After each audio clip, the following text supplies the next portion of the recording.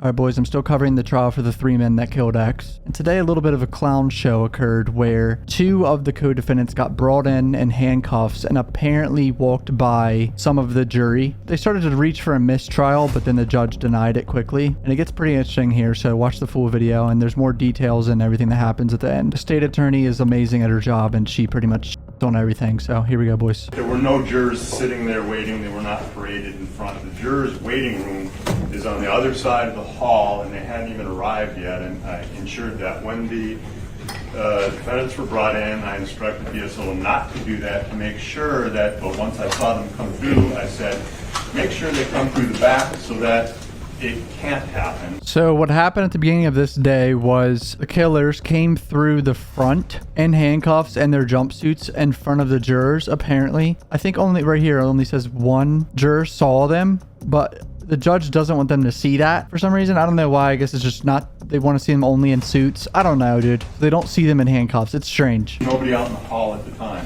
No persons were out there. This is Diedrich's lawyer. Because the waiting room that they sit in is eye shot of the hallway, and I would like them polled to make sure that they didn't see it. You want to bring them on and say, did any of you see our guys in shackles this morning? I want to make sure that what BSO is telling you is true, because bottom line, it's coincidentally on the day that they're going to deliberate, for the first time in 9 weeks, they're brought in through the front door and not through the back door, which is the protocol. So I want to make sure that my client is not prejudiced from what the jury could have seen. And I'm sorry that I'm not going to take the word of the people that violated the protocol that's been in place all these weeks. So I don't know how we could remedy it, but I would really like a solution. A tad dramatic. I mean, the jury knows that they're being held in jail in handcuffs. I mean, seeing it, I don't think that affects it that much, but I know the judge ordered them not to be able to see it, so. I want to know which jurors he saw. Diedrich apparently saw one of the jurors when he walked in. If you're going to put him on the record, can we put on the record somebody from BSO to find out why this happened? No, hey, you just said your client saw. So either saw or he didn't. I want to hear it. Either that's a factual statement or he's retracting it. I want to know. You're making a representation. All right, stand up, raise your right hand. Swear testimony you're about to give in the case now hearing should be the truth, whole truth, nothing but the truth, so help you God. Put your hand out, state your full name, spell your last name. Diedrich Williams, W-I-L-L-I-A-M-S. Which jurors did you see? The slim white lady with the glasses. The slim white lady with the glasses. Okay. What the hell? Single any juror out and make them feel uncomfortable. I suppose we should call all of them in and ask them if they saw any of the defendants congregating out in the hallway today. A bold accusation that Broward Sheriff's Office did something improper when all the information that I've heard or that's been put on the record is that an elevator broke. Yeah, the elevator broke. That's why they came in the front, apparently. He's the type of lawyer to already entertain conspiracy theories, so this doesn't surprise me that he's going to make this a big deal. I get it, though, but, Mr. Williams saw a juror doesn't mean that she saw him. Additionally, we could attempt to see what happened. There's surveillance, there's other avenues that it can be addressed. I would argue that this is tantamount to incidental. It is not tantamount to fundamental error that would result in a mistrial. wow. This is kind of crazy. Always in the turtlenecks. Briefly respond. There are multiple different. Seems to be bothering him. I believe this to have been deliberate, and the issue of the elevator being broken, I heard for the first time out of Mrs. Shields' mouth.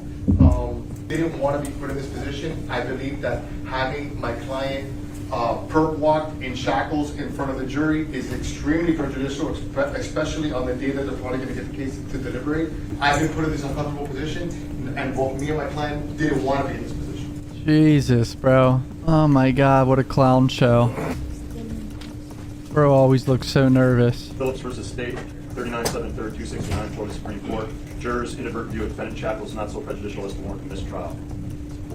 The fact that jurors may have inadvertently seen a defendant shackles when he was being transported to or from the courtroom does not require reversal. So I believe he's reading past cases where situations like this have happened and it doesn't warrant a mistrial. So Boat Rights lawyer's about to give his closing argument right here. Has the state proven to you, are you sure, beyond all reasonable doubt, that Michael was involved in a murder at 3:56 p.m.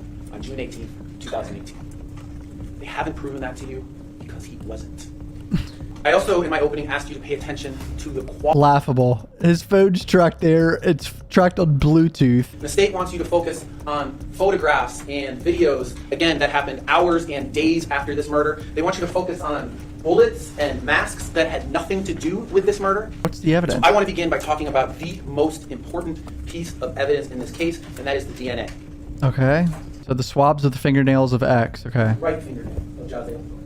J03, swabs of neck of Neck. Jose Anthony, and J08A, swabs of the necklace. There is someone else's DNA in all 4 pieces of that evidence. There is someone else's DNA underneath Jose Anfroy's left fingernail. There's someone else's DNA underneath Jose Anfroy's right fingernails. The state, in their closing argument, just kept saying, there's no DNA. There was no DNA there, right? And they made it this point throughout the trial to say, well, you know, he was at the hospital, and maybe during the hospital process, DNA would have been wiped off.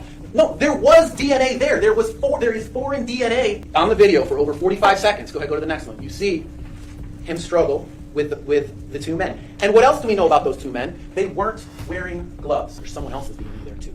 And I remember this. I'm pretty sure she said it was such a minuscule amount of DNA that it didn't matter. Like it was like such a small amount of DNA. That she excluded Michael Boatwright as being a contributor to that DNA, and she excluded Trayvon Newsom. I wonder what they're going to say about all the phone tracking, because the phone tracking seals the deal for me, honestly. And the fact that their friend snitched on them. He has lied about other things, but I believe Robert in that sense. During that struggle, June 18, 2018, he's not sitting at this table. I disagree. The person is still out there. I disagree. Whoever left their DNA on Jose Anfroy's neck is not sitting at this table. Vividly remembers the girl saying that it was a very minuscule amount of DNA that couldn't have even been anything important. Who had access to that Cadillac? And what do the higher-ups decide? We've got our guys. Send them to the warehouse. I think they're really against sending these swabs to the warehouse, I guess, because it's in Florida and it could fuck up the DNA. I think that's what he's going for here. That DNA that is sitting at the warehouse right now can tell us who had access to that Cadillac. We talked about. I really want to know what he says about the phone tracking, though. How DNA. Excuse me. Bro's thirsty. DNA. Police talked to a witness who said Michael and Trayvon weren't there. The man that was at Dedrick Williams' home. Is this one of the men who showed up to Dedrick Williams' home before the murder? And Sherrod Clayton says, no. Maybe Sherrod Clayton is just scared to snitch, and he's just lying to the detective saying that wasn't them, because he just doesn't want to be a part of this case. Michael would do a search for Robert because Robert was worried, even though Robert clearly had his own phone. I mean, I've got a bridge to tell you. This is evidence of a man who is worried that because he has been with Robert Allen this whole time, because he's been traveling with him, that he could be, Robert Allen, who is on TV, he could be an accessory. So he's saying just because he Googled accessory to murder, he's not the person that shot him. Sure, yeah. I already explained this in a previous video, or he could just be searching that up for Robert Allen or just to protect himself in the future. But he's trying to substitute Michael and Trayvon for the real killers, the real people that were involved, and he screwed up. He screwed up in 2022. And that's why he can't keep his story together. He can't keep his story straight, because the actual people that distributed this money, that collected this money, did not include Michael or Trayvon. If you lie about the little things, it's hard to believe you when you talk about the big things. All right, what about the phone reason records? is because they didn't investigate this man. And we know that Michael wore a mask for work, right? He did landscaping, how they got this phone, where this phone came from. Detective Curcio testified, I got it from Walt Foster after Mr. Boatwright was arrested. Walt Foster, we had him come in and testify and say, no, I didn't find the phone. I wasn't even there. So, and it's important. It's important because we don't know if that phone was found in a car somewhere. We don't know if it was found on another person. We don't know where it was found. And this is a piece of evidence that the state wants you to rely upon. There is not a single photograph between 12:13 and 9:25 p.m. that can put it in Michael's possession. There's not a single text message during that time that puts it in Michael's possession. There's not a single outgoing call during that time that puts it in Michael's possession. But weren't there a bunch of pictures of him using it after and before? He's not going to take pictures during the fucking murder. The one call that we do know that Michael made that day, she received a call about 6:45 p.m. from Michael telling her that a car accident had happened. That was from Robert Allen's phone. It's because Michael didn't have his phone. Only reason Michael would call Tony Robinson from Robert Allen's phone is he didn't have that phone. Not true. He could just be, I'm not going to use my phone anymore, dude. Fuck this. I shot someone earlier. I'm not going to use my phone. Let me use yours. All right, the state attorney's gonna come up and fry this man. I already know it. Plans hatched in hell do not have angels for witnesses. Plans that are hatched in hell do not have angels for witnesses. You're dropping one-liners up there. She's dropping bars. You recall, one of the first questions that I asked Robert Allen was, are you an angel? I think I asked him twice, and he admitted to you he wasn't. He's not an angel. I never tried to dress him up as an angel. Quite the opposite. And literally, he was dressed in custody. He came in to you with shackles, rent a car for the express purpose of robbing and killing Jose Onfroy when they came across him. They were ready to rob whoever they came across that day. We know that. They were armed with firearms that were loaded. They had masks. And there are a lot of things that we don't have. Not because the state or BSO didn't do its job. 3 out of the 4 co-defendants were not arrested right away. Let's not forget that. Let's put some of these things into context. Firearms were hidden, still never found to this day. Mask, red mask, 2 out of the 4 masks are gone. There are things that obviously they don't have. The biggest thing, the money. No, we did not find the money. We have evidence of who had the money immediately after the homicide. Those are pictures, and those will be memorialized forever from Michael Boatwright's phone and from social media and from Dietrich Williams' phone. I honestly wasn't sure if they found the money or not. I forgot that fact, but that's pretty insane that they never found it. That shit's buried. So Trayvon Newsom absolutely used the car. He was in it, and so much so that he felt compelled to take responsibility for the car crash. Does that sound like somebody who didn't use the car to you? I barely mentioned Robert Allen. On purpose, by the way. Because I wanted you to understand that there's so much evidence besides Robert Allen that you can rely on, that's credible, that's quality evidence, that you can convict these 3 co-defendants for. Well, guess what corroborates that? The location data from Dietrich Williams' phone, the location data from Michael Boatwright's phone. When the phones are tracked together, what do? They go from Reba to Robert Allen's home, and then you see Dietrich Williams' phone break off. But I think Mr. Kimmock, for example, titled it Unanswered Questions. That somehow this acquits Michael Boatwright. I don't see the connection, because guess what?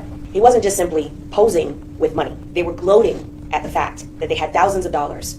That these weren't just like pictures and video that happened to just, coincide with other things. This was immediately after the homicide. Immediately after the homicide. There are no other videos of Robert Allen with anyone else and the money from the day of the homicide.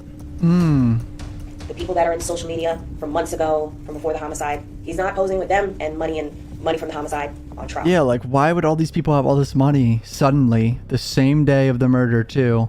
And it's not them apparently, it's someone else, some other dude apparently. For somebody that's a self-proclaimed tattoo artist that tattoos out of his driveway and house, that's a lot of money to be blowing.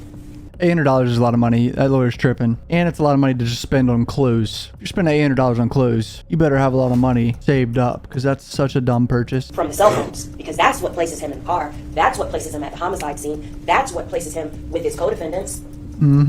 So again, you could take Robert Allen's testimony and disregard it completely. But then what about the location data? That's credible evidence. Yep. He, Dietrich Williams, is seen on scene and identified by Terry Yoakum. That's credible evidence. I mean, Dietrich's fried. It's the 2 gunmen that are going to cause some doubt here because they're not on camera. They have masks on. But it's like, bro, they're tracked there. Bluetooth and everything. Phones line up, follow, and they go to the same shit. They go to the same house after. Well, the evidence that matters is that Keith Grayley got into a white car and left. Yep. Prior to the homicide. He sure did. The evidence that matters is that Keith Grayley isn't even the same complexion as Michael Boatwright. Remember that? No way. So now we're not to believe Robert Allen because of tattoos? If that's the rule, then what does that say about his client? He did not say you can't believe people because he has tattoos on his face. That is crazy. What a dumb statement when your own client has tattoos. If he wasn't with the 2 gunmen, then how on earth did a live .22 caliber round that was cycled through the same murder weapon get in his house? That is huge. They're trying to say the detectives were overworked. Oh, it's so stupid. That case has nothing to do with this case. Marjorie Stoneman Douglas shit. You can Google it if you don't know what I'm talking about. They brought that up because they had to work those cases too. Just so disgusting. Like, that is such a fucked up excuse to bring up. Mr. Kimmock said today that the evidence found in the vehicle was weeks after the murder. That's because you'll recall his client fled to Georgia immediately after the homicide. That's another good point. Why would you flee to Georgia if you're not guilty? I feel like when majority of people at the time when they flee, I mean, I'd say there's a high chance they're guilty. We showed you not only by that Bluetooth, that dirty word, but we also showed you by the location data of where his phone traveled to. Never traveled to grandma's house. He was never at home sleeping. There were dozens. There were dozens of videos from the day of the homicide. There were text messages from Mr. Boatwright's phone. Within an hour, I think it was a little over an hour, not quite an hour and a half, after he just killed Jose Onfroy and robbed him with his co-defendants, where he texts somebody and says, tell my brother I got the cash now. This is common sense. Does somebody that does landscaping, not owning their own business, would have thousands of dollars like that, flashing it? Ms. Inett said some of these DNA profiles were so small Yep. and so minuscule that they couldn't move on to the next stage to be able to be identified because there just wasn't enough DNA. So that's what I said. I remember that correctly. She was saying it was so small. I don't know what trial Mr. Kimmock was sitting at where he said that if the victim was scratching someone. We never heard testimony about that. That the victim was scratching someone. Ooh, over-exaggerating a little bit. Type of that I wish that if he had been able to put up a fight, that maybe we could have gotten some of that evidence. But remember, Mr. Boatwright and Mr. Newsom, they quickly, very quickly, in a blitz fashion, attacked him. The two contributors to that necklace were the victim and his girlfriend. That's what Ms. Inett testified about. Objection, that's not evidence. Damn, so the only DNA on the necklace was X's and his baby mama. All right, boys, that's pretty much it for this day. Boatwright's lawyer tried to argue a bunch of details. Got pretty interesting, to be honest, but it seems like the state attorney is really confident, and she came in and kind of shat on all of his stuff. So I'm still really confident that it's these three men. Why would they have all the money and their phones being tracked? Who else would it be then? I'll keep covering this. If you're new to my channel, subscribe, I'm on Twitter and Instagram.